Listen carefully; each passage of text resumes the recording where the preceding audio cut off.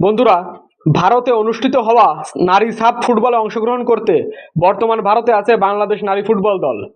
নিজেদের প্রথম ম্যাচে মালদ্বীপকে 4-2 ব্যবধানে হারিয়ে শুভ সূচনা করেছে বাংলাদেশ নারী ফুটবল দল। এবার বাংলাদেশ নারী ফুটবল দল মুখোমুখি হতে চলেছে চিরপ্রতিদ্বন্দ্বী ভারতের। চলুন জেনে আসি কবে কখন বাংলাদেশ মুখোমুখি হবে ভারতের।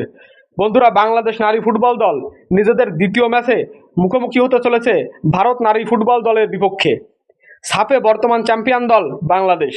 শিরোপা ধরে রাখার মিশনে বাংলাদেশ ভারতের মুখোমুখি হবে আগামী 31শে মে রাত 8টায়।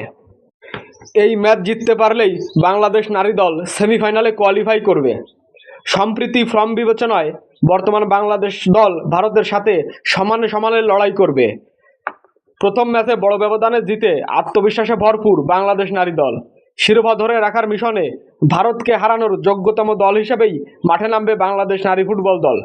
বন্ধুরা, বাংলাদেশ ফুটবল সহ ফুটবলের সকল খবর পেতে আমাদের চ্যানেলটি সাবস্ক্রাইব করে পাশে থাকুন।